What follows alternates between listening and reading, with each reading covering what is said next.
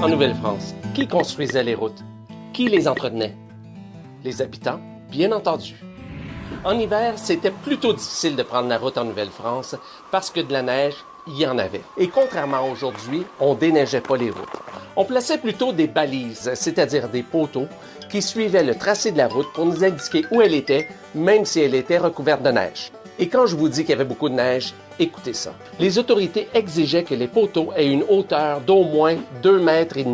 Et les poteaux n'étaient pas fournis. C'était la responsabilité de chaque habitant ou de chaque seigneur de les faire ou de se les procurer d'une façon ou d'une autre. Mais les voler ne faisaient pas partie des options. Parce que voler une balise le long des chemins était considéré comme un crime.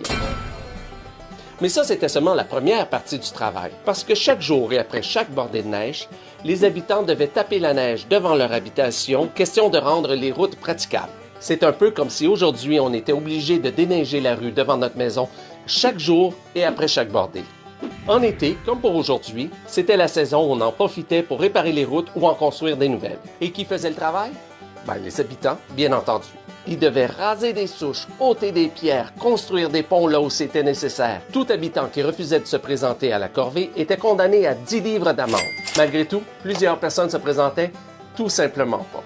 Et on s'imagine bien que le travail n'était pas toujours bien fait. Il y a l'exemple d'un habitant nommé Faillant qui, en 1739, a glissé d'un pont parce qu'on n'avait pas placé de garde-fou quand on l'a construit. La glace s'était accumulée, il a glissé et il est mort.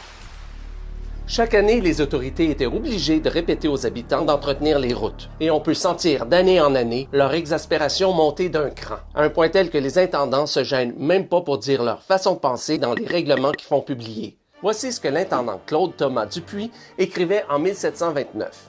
Et attendu qu'il y ait été rendu tous les ans une pareille ordonnance et qu'il y ait chaque année une égale nécessité de baliser les chemins pour en établir la sûreté, dans un pays où les neiges tombent tous les ans en aussi grande quantité et séjournent autant de temps sur la terre, les habitants devraient penser d'eux-mêmes chaque année à se procurer le même secours sans attendre sur ce une ordonnance de nous.